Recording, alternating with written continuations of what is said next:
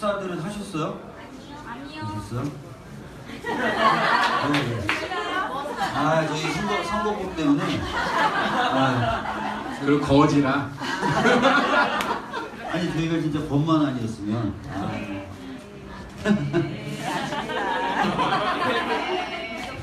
아유, 말이라도 하지 말걸. 왜 그렇게 왜 물어요? 줄 것도 아니면서.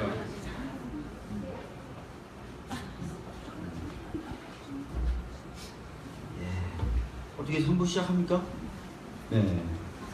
저희 그 의원실 보좌관분께서 지금 아주 그냥 큐레이터가 되셔가지고, 이거 뭐죠? 이 PD가 되셔가지고, PD. 네. 아주 그냥 감독. 열일하고 계십니다.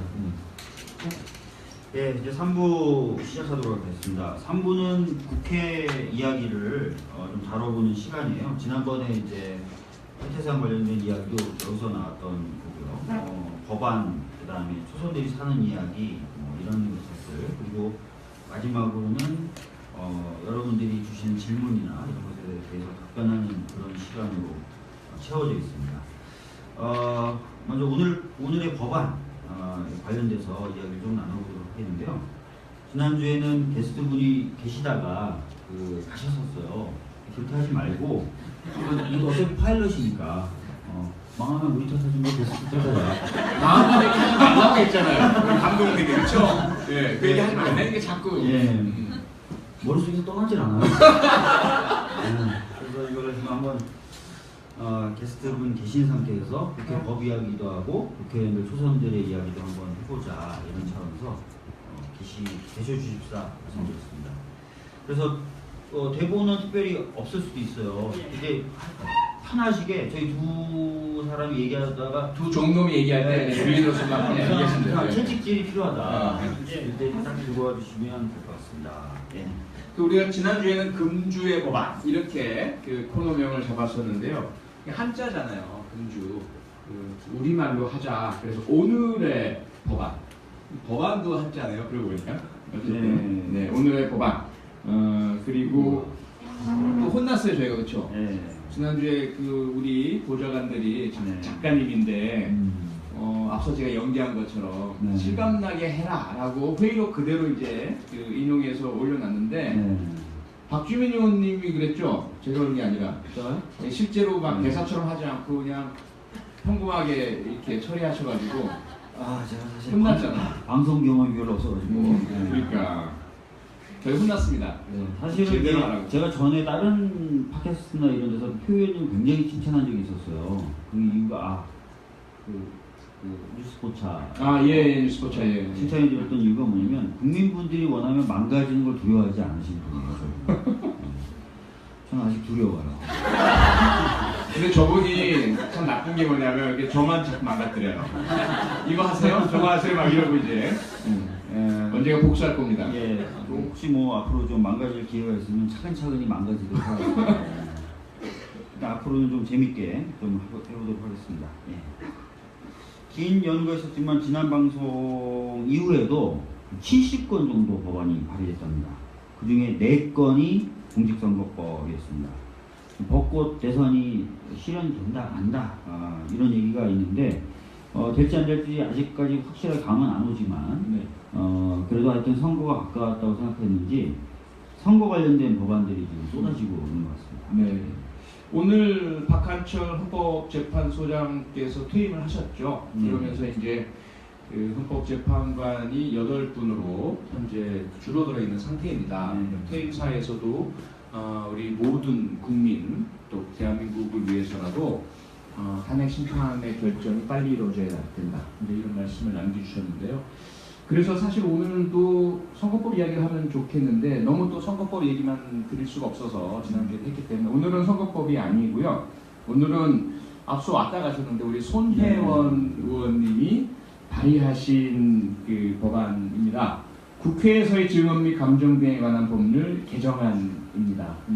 지난번 우리 국정조사 국회 청문회 보시면서 답답한 걸 많이 느끼셨잖아요. 그 중에 막 껴들이셔도 돼요. 정말 못하더라고요. 그럼 그러려고 국회의원 됐냐? 뭐 이렇게 하셔도 되고. 중급 취급을 원하시는 거면은 제가 기초로 그렇게 해드리겠습니다. 네. 가장 답답하셨던 것들 중에 하나가 이 뭐 자료가 어떤 거는 수사를 받고 있어서 안 됩니다. 이러고 이제 안 내고요. 그 다음에 어떤 거는 개인정보 보호를 위해서 안 됩니다. 뭐 이런 것들. 저희들도 사실은 상임위원회에서 질의할 때도 똑같은 걸 합니다. 뭐 질의하려면 자료가 있어야 되는데 자료 제출 요청을 하면은 사상을 보고 아니면 뭐 수사 대상 또는 뭐 이런 것들을 내세웁니다. 그래서 손희연 의원님의 그 법안 발의 내용은 뭐냐면 국가 안보, 국가 안위 등 정말 중요한 사안임을 입증하지 못한다면 개인정보 보호나 수사 목적을 이유로 해서 자료 제출 혹은 진술을 거부할 수 없다. 라는 그러한 내용입니다. 상당히 중요하고 필요하다고 생각되시죠? 네. 실질적으로 이걸 이유로 많은 자료가 안 나오고 있어요. 여러분들 그 청와대에 대한 출입 기록, 그 다음에 뭐 예를 들어서 정유라 씨나 이런 분들이 외국에 있을 때 그분들을 지원해주기 위해서 누군가 나갔다는 의혹이 있어요. 그래서 진짜 나갔냐? 출입국 기록 이런 것들 요청하면 다 뭐 개인정보다 사생활이다 등등등의 이유로 제공을 안 해줍니다. 그러니까 저희들로서는 의심은 가는데 자료가 없으니까, 그렇다고 또 함부로 얘기하면 뭐 너는 뭐 국회의원이 돼가지고 뭐 의혹 제기만 하냐 뭐 이런 얘기도 막 할 수 있으니까 답답했던 부분이 굉장히 많은데, 그런 것들을 좀 해소시켜 줄 수 있는, 그래서 국회가 진정하게 좀 행정부에 대한 감시자의 역할을 할 수 있게끔 하는 그런 법안이라고 보시면 될 것 같습니다. 어떠신가요, 우리 김태규 주인님? 이런 내용의 법안 어떻게 느끼시나요? 저는 이번 청문회 보면서 솔직히 말씀드리면은 네. 자료 때문에 이게 답답했다는 생각은 그렇게 크지 않았거든요. 질문에 대한 답변을 하는 사람에 대한 태도가 가장 분노를 자아냈고, 그리고 이게 굉장히 좀 웃긴 거지만 국회의원님들이 모은 자료보다 거대지성에서 나오는 그런 주겔이라는 글자가 거대지성에서 나오는 자료가 오히려 더 큰 역할을 했었던 적도 있었잖아요. 맞습니다. 그러니까 저도 솔직히 이게 자료의 문제도 자료의 문제라고 생각을 하지만 거기 임하는 사람들에 대한 제재가 좀 더 필요하지 않나라는 생각이 들었습니다. 오라면 오고, 이렇게 말하면 좀 그렇지만 오라면 좀 나왔으면 좋겠고, 솔직히 말해세요라고 했을 때 위증이 되면 정말로 그 처벌을 했으면 좋겠고, 그러니까 좀 정의가 실현되는 청문회였으면 좋겠다라는 생각이 많이 들었습니다. 그렇죠. 저희가 이제 국회의 갑질 이런 얘기가 많이 나왔었잖아요. 방송에서도 그렇고 국회의원들이 왜 갑질을 하느냐. 근데 참 저희도 가슴이 아픈 건 뭐냐면 갑질하고 싶어 하는 분들이 많지 않은 것 같아요. 국회의원들 중에서도 사실은 갑질을 하고 싶어서가 아니라 업무를 하다 보면 국민의 대표자로서 진실을 밝히기도 하고 법안을 만들고 정부의 문제를 밝혀내서 국민들께 알려드리기도 하고, 이걸 하려면 자료도 제출받아야 되고, 지금 말씀하신 것처럼 청문회 증인으로 나온 분들한테 사실을 진실을 이야기하도록 요구도 하고 질문도 하고 답변도 얻어내고 해야 될 텐데, 그렇게 하기 위해서는 지금 말씀하시는 것 같은 우리가 이야기하면 나와라고 나오도록 해야 될 것이고, 나와서 질문을 해서 위증을 하면 처벌을 제대로 할 수 있게 되어야 할 테고, 그래야 일을 제대로 할 텐데 그걸 갑질하려고 하느냐라고 하면서 막는 거는 조금 억울합니다, 많이. 네. 사실 지금 말씀하신 김태균님께서 말씀하신 오라고 하면 좀 올 수 있게 하는 법도 발의가 되어 있죠. 네. 이번에 이제 청문회가 사실 원하는 그 성과를 제대로 낳지 못했다는 비판이 있자 많은 의원님들이 이제 거기에 대해서 뭔가 보완할 수 있는 법들을 냈어요. 이제 자료 부분은 이제 손혜원 의원님 같은 법안이 나오는 거고, 불출석한 것에 대해서 강제로 좀 끌고 올 수 있는 그런 내용을 담고 있는 법도 좀 발의가 됐고요. 그다음에 위증이나 이런 것에 대해서 좀 더 세게 처벌하는 법도 지금 발의가 되었습니다. 그래서 이게 이제 통과가 되면은 그런 부족한 부분이 보완이 될 텐데, 방금 이제 표창원 의원님이 말씀하신 것처럼 이 통과를 가로막는 가장 핵심적인 이유가, 통과가 가로막히는 가장 핵심적인 이유가, 야 국회 뭐 또 갑질하려고 그러냐, 안 그래도 권한을 내려놔야 된다는데 또 권한을 세게 해달라 그러냐, 이런 차가운 시선들 때문에 사실상 이 개정 논의가 힘을 받지 못하는 그런 모습들이 좀 벌어지고 있어요. 약간 좀 이런 말씀드리면 그런데 제가 그런 맥락에서 약간 그 초월법적인 초법 월법이라고 해야 될까? 그러니까 대통령의 권한에 있어서 솔직히 국회가 갑질을 할 수는 없다라고 지금은 생각을 하거든요. 네. 하려고 해도 솔직히 안 당하는 입장이에요. 네. 갑질을 안 당하는 건데 이게 올바른 상권 분립이 아니잖아요. 솔직히 저희가 상권 분립을 하는 이유가 서로 견제하라고 했는데 뭐 검찰 사법부는 이미 행정부의 수하처럼 여겨지고 있고 국회는 솔직히 자기네들끼리 싸운다라고 하면 좀 죄송한데 이 종놈들이 자기네들끼리 좀 싸우거든요. 그래서 좀 답답한 그런 게 있는데 저는 솔직히 좀 뭐 개헌론이 뭐 그런 거에 따라서 약간은 그거에 대한 이제 이번 계기를 통해서 그런 상권 분립이 상권이 아니고 이권이라도 서로가 견제를 할 수 있는 그런 좀 정책이 제대로 좀 확립이 됐으면 하는 생각이 있습니다. 이게 갑질이라고 하면은 솔직히 이럴 때 갑질 해보지 뭐 언제 해보겠어요. 이런 일이 또 있을지 모르잖아요. 없어야 되지만 그럼요. 이럴 때라도 갑질해서 제대로 뿌리를 뽑아야지. 이런 거 갖고 갑질한다고 욕하면은 제가 그분 페이스북에 욕 써드릴게요.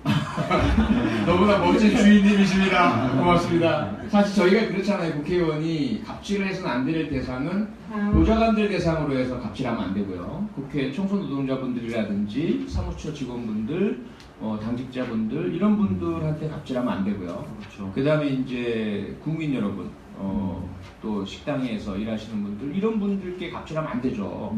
그런데 고위공직자, 장차관이라든지 또는 대통령이라든지 이런 분께 강하게 소식 꺾지 말고 그렇죠?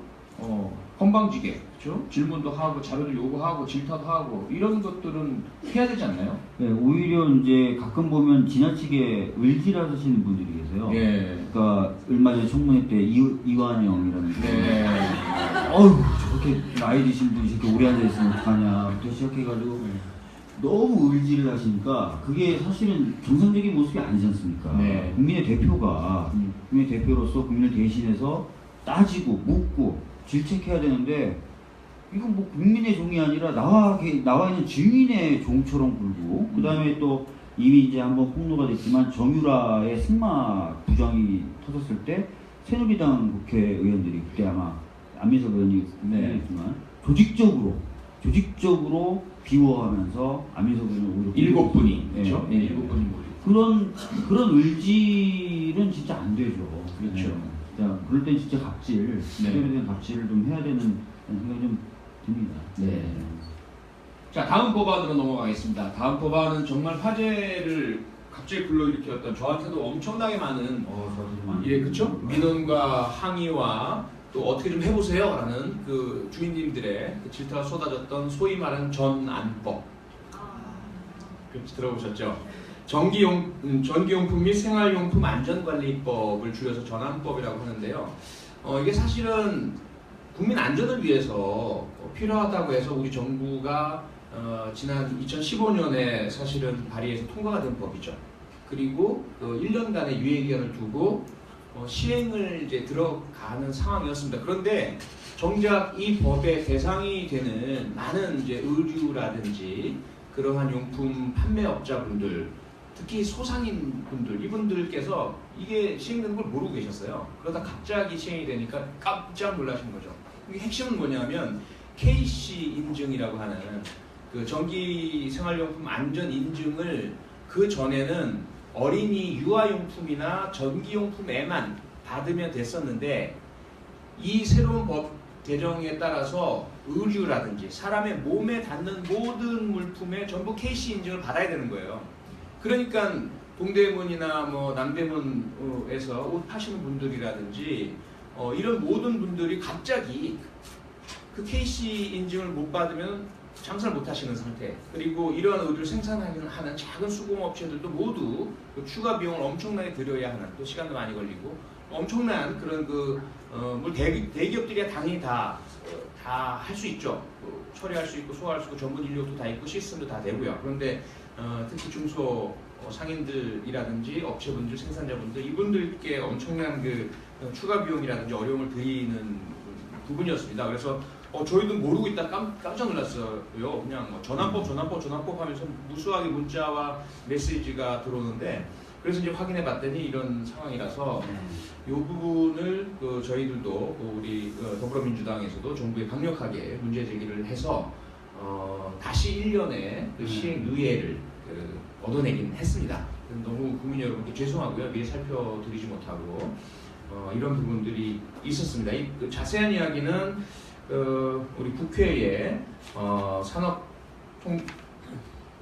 산업통상자원위원회 그 법안 소위 회의록을 보시면 나와 있는데 이것도 지금 우리 혼 안 날려면 연기를 해야 됩니다. 이게 이제 2015년 당시 11월 17일 날 열렸던 그 당시의 상황을 오늘의 법안 코너에서 어떻게 법안이 심의가 되고 통과가 되는지를 여러분께 이제 보여드리기 위해서 준비한 거니까요. 제가 정부 부처 쪽 하겠습니다. 연기력이 딸리니까. 제가 그럼 백지현 의원님, 백지현 의원님 제가 계속 모시고 현재 같이 있으니까요. 이 발음을 제가 흉내 못 내겠습니다. 독특한 발음이시라서. 네.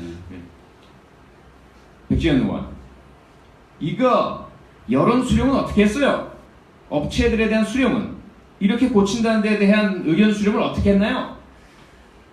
저희들이 이 법을 통합법으로 하면서 공무원들이 진짜 이렇게 얘기해요. 연기 제가 굉장히 잘하는 겁니다.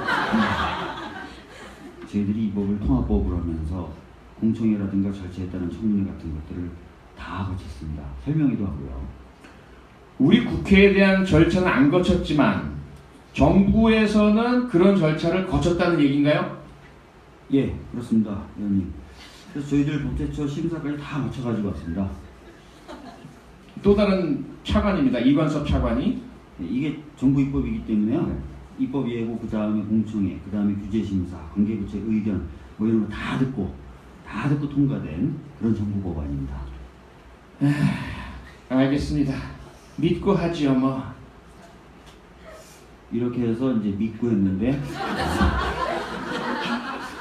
믿었던 도끼에 발등이 찍힌. 그러니까 이제 이 골자는 뭐냐면 백지현 의원님은 야당 의원으로서 지금 이런 그 피해를 예견을 하시고 이게 관련된 분들 의견 다 수렴했느냐, 의견들 다 듣고 동의 없고 합의 없고 한 거냐라는 질문을 했는데 정부에서는 네, 다 했습니다 이렇게 얘기하는 거예요. 다 공청회하고 설명회하고 의견 수렴 다 했기 때문에 문제 없습니다라고 한 거죠. 그랬더니 우리 국회의원들은 아무것도 모르고 있었는데 국회에서는 그러한 그 설명회도 안 하고 그러면 우리만 모르고 있었지 관련되는 소상공인들 이분들은 다 알고 있다는 거죠? 라고 한 거죠. 예, 위원님 그렇습니다. 그거 어떻게 해요? 정부 차관이 나와서 얘기하니까 믿죠? 당신들 믿겠어? 이렇게 됐는데 사실상 제대로 의견 수렴을 안 한 거죠. 업체들에 대한 의견 수렴을 했냐고 분명히 백지현 의원이 물어봤어요. 업체들에 대한 의견 수렴은 그러니까 다 거쳤습니다 라고 얘기를 하는 거예요. 근데 아마 거치긴 거쳤을 것보다 굉장히 형식적으로 거쳤겠죠. 뭐 예를 들어서 제주강정 같은 데도 해군기지 갈 때 주민들이 진짜 일부만 참여한 상태에서 형식적인 설명을 뭐 했다 이런 식으로 하듯이 아마 굉장히 형식적으로 하고 나서는 했다고 할 거예요. 김태규님은 혹시 전환법에 대해서 이게 뭐 아까 옷이나 뭐 전자기기라고 말씀을 하셨는데 저희가 아까 애기들 책 만들자고 말씀드렸잖아요. 여기에도 이게 영향을 끼치거든요. 애기들 책에도? 예, 왜냐면 애들이 물고 빨고 하는 그런 건데 솔직히 저희가 책을 만드는데 어렵게 만들 일은 없거든요. 근데 그런 전환법이라는 거 이제 시험 그걸 하면서 저희가 책을 만들 때 KC 인증을 꼭 하라는 식으로 이제 공문이 이렇게 나오더라고요. 솔직히 저희 잘 그거 모르거든요. 여태까지 안 해고 나왔는데 요즘에 비용과 시간을 들여서 해야 되나라는 생각을 해서 하다가 갑자기 언제부터 시행된다라고 해서 이제 부랴부랴 이제 큰일이 나는 거죠. 다행히 유예기간이 생겼는데 이게 굉장히 좀 탁상물 행정의 그냥 말 그대로 그게 전형적인 예가 아닐까 싶거든요.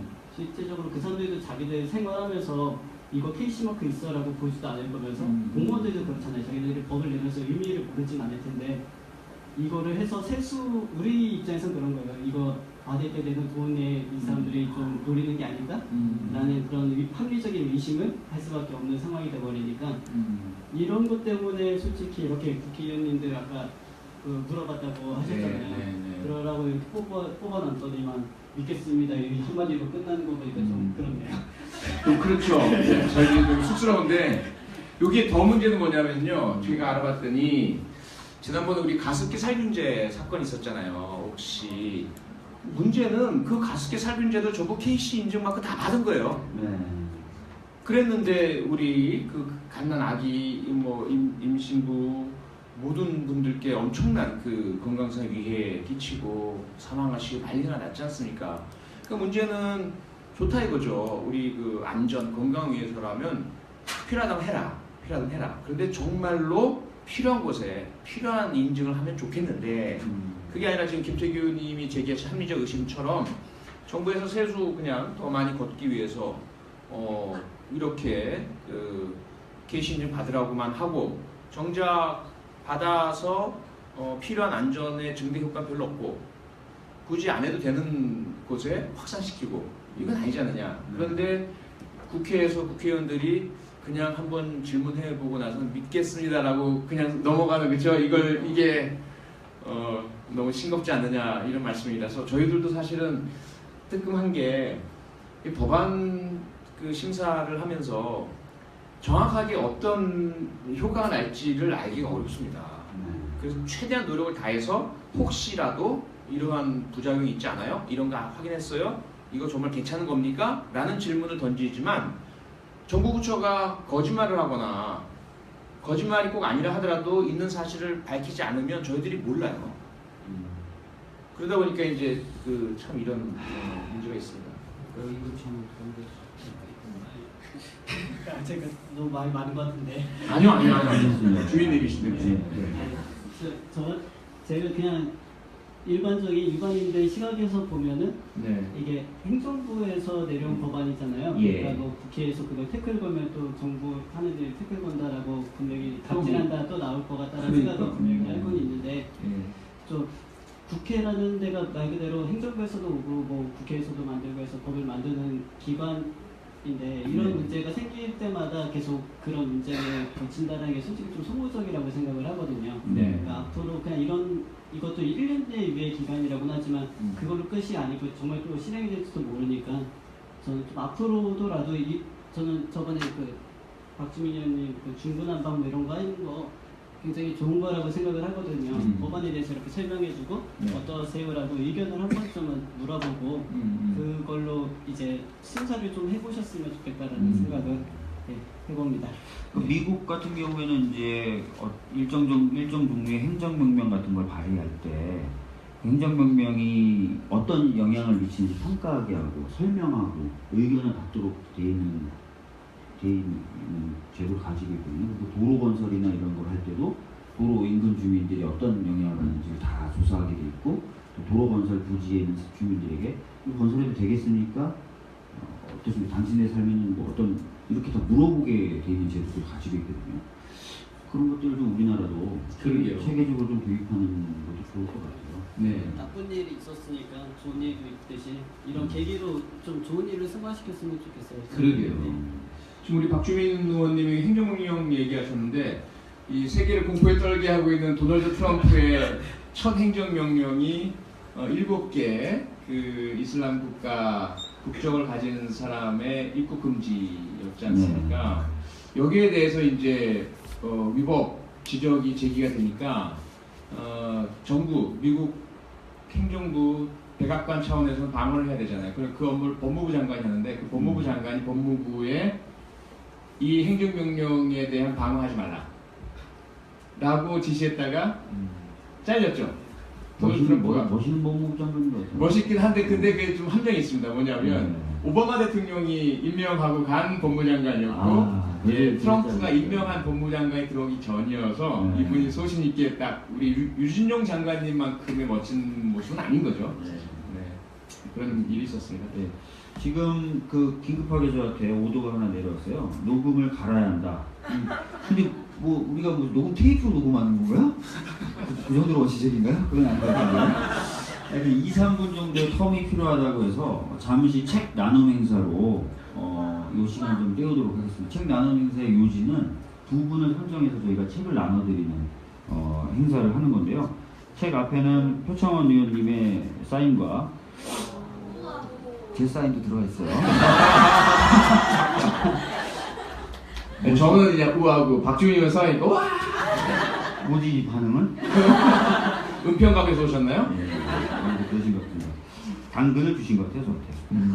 그래서 책 두 권을 드리는데요. 한 권은 나는 셜록 홈스처럼 살고 싶다는 표창원 의원님이 직접 쓰신 책입니다. 저자가 사인했으니까 가치가 굉장한 거죠.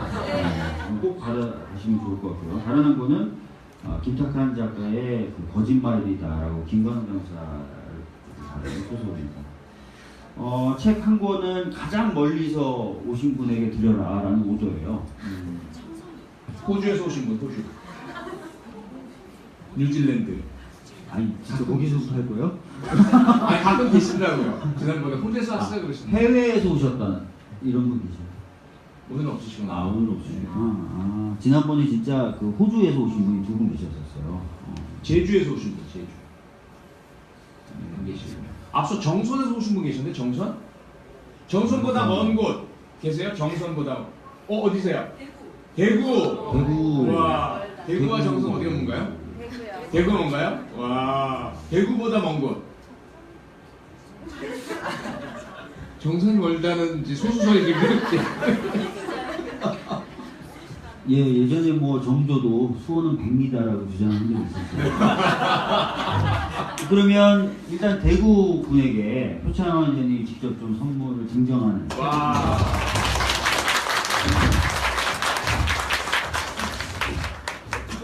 대구 콘서트가 취소가 돼서. 네. 고맙습니다. 고맙습니다. 두 번째 책은 어떤 기준으로 드려요? 최연소. 와. 초등학생. 있나요? 중학생. 우와, 중학생 2명. 두 명? 한 분 더 계세요? 2학년. 2학년이요? 네. 3학년이요? 아, 아쉽다. 2학년.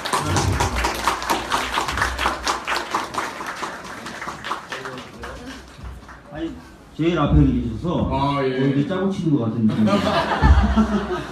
나이가 많은 서로예요, 그렇죠? 네, 중학교 3학년 너무 나이가 많아. 어떻게 녹음 뭐 이렇게 좀 가셨나요? 아직요. 네. 나눠드릴 게 없는데 이제. 박주민 의원님 망가지실 때 아닌가요? 네. 아니 제가 사실 한 4회 5회쯤에 하려고 준비를 하고 있습니다. 오. 그때까지 가는 건가요? 예. 파일럿이라고. 아이고. 표창원님. 예. 아쉬운 대로 듣고 싶지 않죠. 됐답니다. 저 시키면 해야 되기 때문에. 저희 보좌관님이 네. 회원님 노래는 절대 듣고 싶지 않아요. 네. 알아요. 네, 이야기는 딱 시간을 좀 끌어줬을 텐데, 예, 알겠습니다. 예. 우리 뭐 사인을 안 정해놨는데 다 의사소통을 하고 있어요 지금. 그러니까. 예. 필요한 것만 보신 것 같아요. 자, 우리가 그러면 더 얘기를 나눠봐야 되는데요. 다음 코너입니다. 조선 실세. 네, 조선 실세.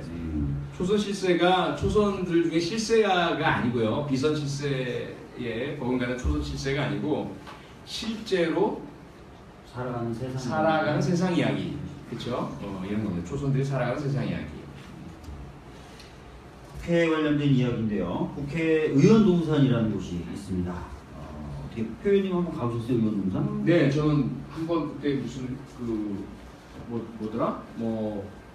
중남미 의원 포럼 예, 오라 그래서 갔더니 네. 그곳에 이렇게 지나서 사랑제 예, 가봤습니다. 네.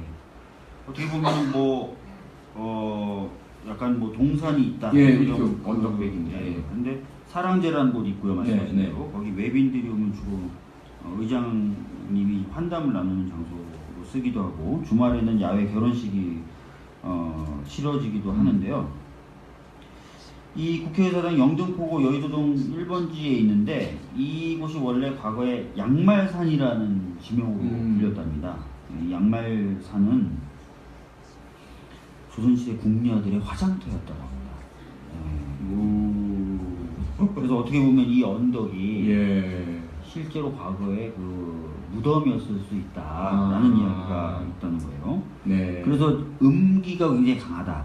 이런 얘기가 국회 이 터에 있었다고 합니다. 그래서 이것을 누르기 위해서 약 65톤이 넘는 그 거석을 이용해서 소위 우리가 얘기하는 남근석이라는 것을 세웠대요. 아이고. 예, 못 본 것 같은데. 풍수 전문가들도 그래서 이 궁녀들의 원혼이 아직 국회 주변을 맴돈다라고 주장도 한다고 합니다. 샤머니즘인데? 청와대도 그렇고 우리도 이렇게 샤머니즘이 종종 그래서 귀신을 봤다거나 소리를 들었다는 괴담도 있어요. 그리고 특히 이제 국정감사 때 집에 못 가고 있으면은 예. 의원회 간 뭐 이런 쪽까지도 네. 귀신의 모습을 봤다는 사람들이 있다고 합니다. 예. 저도 그런 얘기 들었어요. 우리 그 태권브이가 나온다는 국회의 의사당의 돔 있잖아요. 파란 돔. 그게 무덤 같은 모습이다. 그래서 좀 뭐랄까 무섭다. 그러니까 기분도 나쁘고 그래서 그 기와 지붕으로 바꾸자 이런 이야기가 있었다는 그런 이야기 말도 들었습니다. 쓸데없이 돈 쓸 궁리만 하는 것 같습니다. 그러니까 아니 진짜 65톤 남근석 이건 뭐야 도대체? 남근사도 이건 누가 중간에 새 처먹은 사람이 있는지 조사해봐야 되는 거 그러니까 왜 그런 거 왜 할까요, 그렇죠? 저도 괜히 전 몰랐는데 오늘 이 얘기 듣고 나서 그 의원실에서 가끔 자거든요.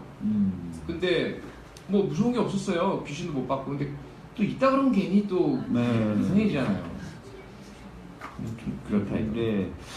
사실 이제 그 기와지붕도 좀 황당하고요. 네. 왜 쓸데없는 돈을 쓰고 그래요, 진짜. 네. 근데 이제 저희 보좌관 중에 한 분이 진짜 비슷한 체험을 했었다고 그래요. 국정감사 때 이제 있는데 또 국정감사 때 보면 귀신을 보면 또 국정감사 때 핫 아이템을 잡는다는 또 흥미 있어요. 그 아이돌들이나 가수들이 녹음할 때 귀신 보면 대박 난다고 그러잖아요. 예. 그래서 이제 뭐 귀신도 한번 봤으면 좋겠다 이런 마음이 좀 있었는데 밤에 이제 엘리베이터를 딱 이렇게 타지 않고 비상계단을 통해 가지고 간식을 나르고 있었는데 중간쯤에 이제 갑자기 문이 탁 열리면서 하얀 소복 입은 존재가 그 계단실 쪽으로 딱 들어오더라는 거예요. 그래서 귀신 봤다라고 즐거운 마음도 있지만 또 너무 공포스러워. 누구였냐면 예전에 이제 강기가 의원님이라고 공중부양 도포를 입고 다니셨어요. 그래서 이제 수염 기르시고 요즘 도깨비 보셨는지 도깨비의 그 간신 원원처럼 그런 약간 하얀색 옷을 입고 계시니까 딱 보고 이제 귀신이다 이렇게 놀랐다 이런 얘기가 있었다고 하더라고요. 그러니까 귀신을 본 줄 알았는데 실제로 귀신이 아니라 늘 하얀 그 소복 같은 한복을 입고 다니셨던 강기갑 의원님을 보신 거였다. 그렇죠. 강기갑 의원님에 대해 관련된 굉장히 재미있는 에피소드가 많아요. 그분은 집을 팔고 의원회가 돼서 기거를 하셨었어요. 그리고 집에 그 바닥을 의원회가 바닥을 이렇게 좌식으로 앉아서 일을 하셨었죠. 장판 깔아서. 약간 턱을 높인 다음에 위에 이제 앉을 수 있게 장판을 깔아가지고. 그리고 손수 한복을 다니셔서 항상 한복을 입고 다니시고. 아니 국회의원들도 한복이나 개량 한복 같은 거 입고 다니면 좋을 것 같은데. 유시민 백바지. 작가님의 백바지 그렇죠? 좀 복장도 좀 자유롭고 그랬으면 좋겠는데 제가 놀란 게 제가 처음에 이제 본회의장 들어갔을 때 덥기도 하고 그래서 이 외투를 벗었어요. 근데 뒤에서 사무소 직원분이 막 쫓아오시더니만 외투를 입으라는 거예요. 그래서 아니 왜 그러시냐고 덥다고 그랬더니 여기선 입어야 된다. 의장님부터 시작해서 다 입는다. 그래서 제가 옷을 입었었던 기억이 있고요. 그다음에 목이 마르니까 물 한 잔 들고 왔는데 또 직원들이 득달같이 해서 물을 가져가는 거예요. 그래서 또 한 번 갔다니 또 가져가고 도대체 왜 이러냐 했더니 물이 안 된다는 거예요. 집어 던질까 봐. 약간 좀 아니 다른 사람이면 괜찮은데 박주민 의원님이라서 제지를 한 것으로 제가 생각했을 때 좀 지나치게 좀 딱딱한 면이 있는 것 같다는 생각이 들더라고요. 김태균님 이 에피소드 재미있으셨나요? 두 가지만 말씀드리고 싶은데 예. 말이 많네요 제가. 아니요. 첫 번째는 좀 귀신 보기 싫은 그 분들한테 개인적으로 그냥 남근성을 하나씩 갖고 다니라고. 개인적으로 누가 돈 쓰지 말고. 여기다 달고 다니라고 하고 그러니까. 싶고. 예.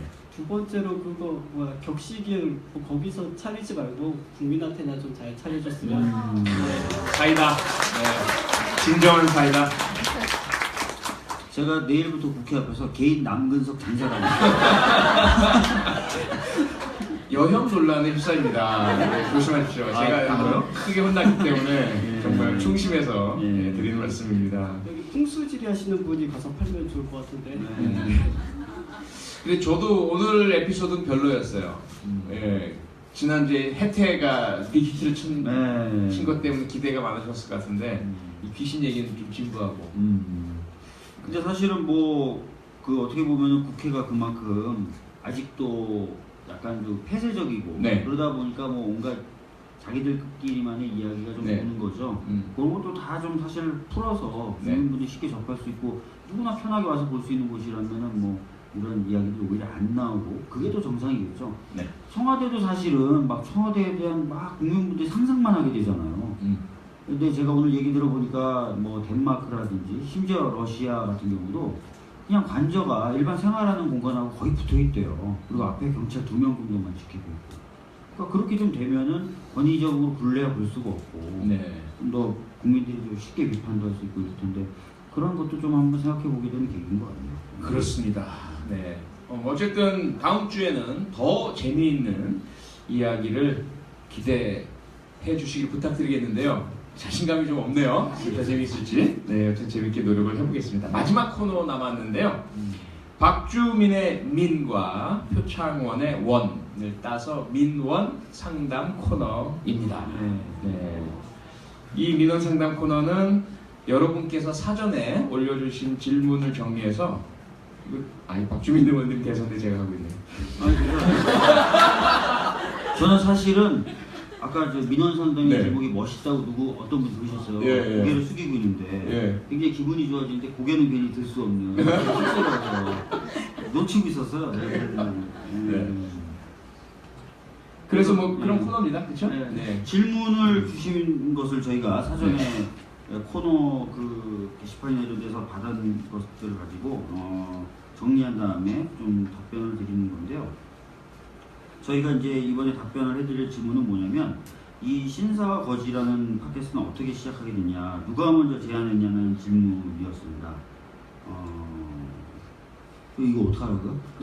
이거 그 아시는 분 아시겠지만 제일 처음에 시작된 것은 사실은 그때가 언제였죠? 저희가 국회 본청 앞에서 만나서 우연하게 만나서 이렇게 들어오는데 어떤 기자분이 사진을 찍으신 거예요. 저랑 박주민 의원님 딱 만나서 들어오는데 저는 이제 그 조금 신사 같은 복장이 그렇고 박주민 의원은 이제 더 신사 같은 그렇죠.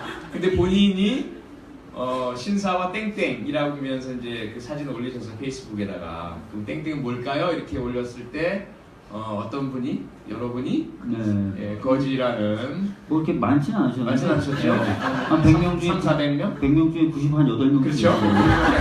네. 좋아요가 한 1000개였던 것 같아요. 1000개 정도였죠. 일단 거기서 시작이 됐는데 그 뉴스타파에서 뉴스포차라는 술 마시면서 자유롭게 이야기하는 그 코너가 있었습니다. 그때 이제 그 사진 때문에 저랑 박주민 의원을 부른 거죠. 그래서 그 코너의 제목이 신사와 거지였습니다. 저희들을 불러서. 근데 의외로 재밌었다 이런 평이 좀 있으셔가지고 그래 그러면 한 번은 끝날 게 아니라 한번 만들어 볼까 이렇게 된 거죠. 특히 우리 박주민 의원님 보좌관들이 아주 재주가 많으세요. 뭐 우리 보좌관들이 그렇다고 못하다면 절대로 아닙니다. 이제 혼나요. 하지만 어쨌든 상당히 이 방면 방송과 뭐 이런 부분도 재능이 많으시고 열정적이고 그러셔서 주로 주도가 된 것은 박주민 의원님 의원실이다. 주도하다 보니까 지난번에 녹음 버튼도 안 누르고. 그 답변이 되셨나 모르겠습니다. 다음 질문은 음주운전에 대한 그 가해자 처벌이 너무 가볍다. 좀 더 강해질 수 없나? 우리 변호사 출신인 박주민 의원님 어떻습니까? 예, 사실은 음주운전이라고 하는 것은 굉장히 위험한 행위죠. 그리고 타인 자신의 생명이나 건강을 해치는 것뿐만 아니라 타인의 생명, 건강, 행복을 다 해칠 수 있는 것이라서 엄격하게 금지되는 게 맞습니다. 그래서 처벌을 좀 강화하는 것도 고려해 볼 수 있고요. 실제로 그런 법안이 많이 나와 있습니다. 근데 이제 또 처벌만이 또 만능은 아니에요. 그래서 여러 도시공학적으로 도로의 속도를 좀 떨어뜨린다든지 또는 뭐 사전적인 어떤 단속이나 이런 것들을 좀 강화한다든지 하는 방법도 같이 좀 갔으면 좋겠다. 그러니까 처벌 강화하는 것도 어느 정도 필요하지만 그것만이 만사가 아니니까 복합적인 것들도 좀 같이 고민해 봤으면 좋겠다라고 말씀드립니다. 그리고 강력하게 처벌하는 법안들 이미 좀 발의가 돼 있습니다. 그렇게 좀 말씀을 드릴게요. 답 안 됐나요? 하여간 뭐 음주운전은 절대로 안 됩니다. 절대로. 절대 안 돼요. 어떤 상황에서도 우리 절대로 하지 마셨으면 좋겠습니다. 하여튼 뭐 절대 안 되는 걸 안 되게 하는 방법으로 음주운전은 무조건 사용, 이것도 사실 또 좀 그렇잖아요. 그래서 말씀드린 게 그런 취지로 말씀드렸습니다. 그래서 기계적 장비로 그 모든 차량에 이 혈중 알코올 농도를 측정할 수 있는 그 장치를 달고 운전석에 말이죠. 운전석에 앉았을 때 그래서 뭐 0.05든 0.08이든 그 기준치 이상으로 나오면 아예 시동이 안 걸리도록 그런 기술은 나와 있는데 이것을 법제화해서 의무화할 경우에 기존 차량에 부착하게 되면 비용이 증가하게 되고 이런 부분들 때문에 사실 법제화를 하지 못하고 있는 건데 기술적인 건 되어 있죠. 이런 부분도 더 중요하죠. 처벌 강화만이 능사는 아니기 때문에. 맞습니다. 자, 다음 질문은 왜 국정조사위원이 되지 못했나? 초선이라고 합니다. 초선이라서는 아니잖아요, 그렇죠? 그렇죠. 왜냐면 우리 손혜원 의원님도 김한정 의원님도 계시고, 그리고 이제 스카요정 김경진 김경진 의원님도 의원님도 초선이시고 이용주 의원님도 의원도 17번에 블랙리스트가 있어요? 없어요? 블랙리스트가 있습니까? 네. 왜 자꾸 저 연기를 안 시켰는지 시킨 적은 없고요. 그렇죠. 죄송합니다. 아닙니다. 죄송해요. 제가 좀 비중을 맞췄어야 되는데. 어쨌든 뭐 초선이라서는 아니고요. 여러 번 말씀을 드렸는데 기준 자체가 이 사안 처음 출발된 게 교육문화위원회였잖아요. 거기서 출발된 것이라서 이 사안 이화여대, 정유라, 승마 또 문화 부분 이 부분에 계속 천착해 오시던 분들 중심으로 구성이 된 것입니다. 그래서 그 이외의 분야에 있는 저희들은 사실 고려 대상이 아니었던 거죠. 그렇습니다. 그래서 그런 거고요. 저희들이 뭐 초선이라서 그런 건 아니다. 고려 대상이 아니었을 뿐이다. 이런 말씀입니다. 그렇습니다. 다음 질문은 청년들이 정치에 관심을 갖도록 유도할 수 있는 방법이 있다면 이 질문은 김태규 님이 한번 청년들에게 어떻게 우리 정치에 관심을 갖도록 할 수 있을까요? 저는 이게 지금 청년이라고 말을 하면 좀 나이대가 있는 투표권이 있는 사람이라고 일단은 정의를 좀 해놓고 시작을 하면은 그때부터 뭔가 갑자기 관심을 가져라라고 하면은 상당히 좀 힘들 것 같거든요. 그러니까 애초에 좀 초등학교 때부터 이런 시국에 대한 교육을 계속 해주는 게 나중에 그들이 투표권을 갖게 되면은 올바른 좀 정치관을 갖게 되고 투표를 할 수 있지 않을까라는 생각이 들고요. 지금 당장 그러니까 현재 청년들이 갖게 하려면은 솔직히 별거 없는 것 같아요. 너희들이 못 사는 이유를 한번 생각해봐라고 한번 말을 해주면은 니들이 지금 창업을 못하고 도전을 못하고 현실을 좌절해서 갑질당하고 왜 그렇게 사는지 한번 잘 생각해보면은 결국엔 네가 투표 안 해서 그런 거 아니냐라는 결론밖에 나올 게 없는 것 같아요. 그걸 좀 생각하게 되면은 관심을 갖게 되지 않을까 싶습니다. 예. 저희들이 그 말하면 욕먹고요. 예. 주인님께서 자꾸 해주셔야 또 드라마 같은 데서 그렇죠? 예. 잠깐 이제 표현님 말씀 듣고 잠깐 상상을 한번 해보세요. 제가 이러는 거야. 야, 창업 못하고 다 니네들 때문이야. 이거 맞아 죽을 대사인데요? 이거 맞아 죽을 대사야. 지금 제가 겪고 있는 걸 이제 겪게 됐습니다. 네, 확실히 다음부터도 계속 게스트님 그러니까 저희가 못하는 말을 대신해 자기 성들이 못하는 해야죠. 야, 참. 다음 질문이 이것도 여쭤봐야 되겠구나. 시민의 역할은 어떠해야 한다고 보나. 이런 아까 질문. 답 주셨잖아요. 예, 정치를 지배하라. 예, 정치인들을 종으로 부려라. 네, 채찍을 휘둘러라. 채찍을 휘두르고 가끔 당근도 주고. 당근은 안 말씀 안 하셨어요? 당근 아까 정경민 작가님 말씀하셨지. 사실 시민분들이 이제 하셔야 되는 것뿐만 아니고 권리시죠. 본인의 권리예요. 정치인에 대해서 뭐라고 하시고 정치인을 말 잘 듣게 하고 또 말 듣게 만드시는 게 또 권리시기도 합니다. 근데 권리를 또 행사하는 것도 피곤하고 힘드시죠. 그래서 저희들이 알아서 좀 잘하면 좋은데 현실적으로 좀 그게 잘 안 되니까 말 더 잘 들을 때까지는 조금 좁해 주시고 뭐 1,000원씩도 좀 주시고 뭐 이렇게 하면 좋지 않을까. 진정한 시민은 네. 종들한테 다 맡겨두고 편하게 쉬는 게 진정한 시민 아닐까 싶은데 네. 언제 그렇게 될지 모르겠네요. 종들이 잘해야 그렇죠. 네. 빨리 그런 세상이 오도록 열심히 노력하도록 하겠습니다. 네. 자, 마지막 질문입니다. 이번 명절 어떻게 보내셨는지 우리 김태균님부터 어떻게 보내셨나요? 포켓몬고 명절 내내? 쉬니까 네. 계속 걷게 되더라고요. 운동도 할 겸 아. 계속 걷다 보니까 네. 한 3일 동안 40에서 50km 가까이 오. 걸었더라고요. 네, 그래서 여기 나오는 거 연락 안 받았으면 좀 더 걸었을 텐데 네, 연락을 받고 좀 자제했습니다. 아, 오늘 저희가 도움 드렸네요. 이렇게. 네, 포켓몬고 대신에 2마리. 예. 정치몬. 정치인몬. 네. 박주민 의원님 어떻게 보내셨어요? 저희는 집이 이제 제가 이제 계속 서울에서 태어나서 자랐어요. 부모님들도 최근까지 서울에 계시다 이제 구리시로 얼마 전에 이사를 해서 네. 구리 이제 본가라고 할 수 있죠. 본가에 가서 진짜 오랜만에 먹고 자고 했습니다. 먹고 자고 네. 또 먹고 자고 그걸 했습니다. 3일 정도. 잘하셨네요. 네. 나름대로 뭐 잘 보냈다고 생각해요. 네. 표현이면 어떻게? 명절만은 거지가 아니셨네요. 등가스고 배부르게 보냈어요. 저도 뭐 그 양가 부모님께서 다 용인에 계세요. 그래 저희 집도 용인이고 그래서 양가 찾아뵙고 세배드리고 나머지 시간은 집에서 아내랑 둘이 영화도 보고 드라마 어셈블리 몰아보고 네. 그리고 그 인터넷상에 올라온 저에 대한 많은 질타 또 저에게 직접 보내주시는 저는 이제 제 번호 공개됐잖아요. 무수하게 많은 연락이 오셔서 아이고. 네 거기에 대한 답도 드리고 근데 이제 그런 건 있어요. 그러니까 제 아내를 이용한 그런 온갖 뭐 안 보셨을 거예요. 그런 부분들 많이 올라오고 그래서 저희가 마음이 상당히 아프긴 했거든요. 마음 아픈 명절을 보내긴 했는데 그러면서 이제 그런 생각을 했어요. 저희는 그래도 강자잖아요. 네. 정치인이 국회의원이니까 제가 뭐 기분 나쁜 행동을 했을 때 여러분이 주시는 질타는 얼마든지 달게 받습니다.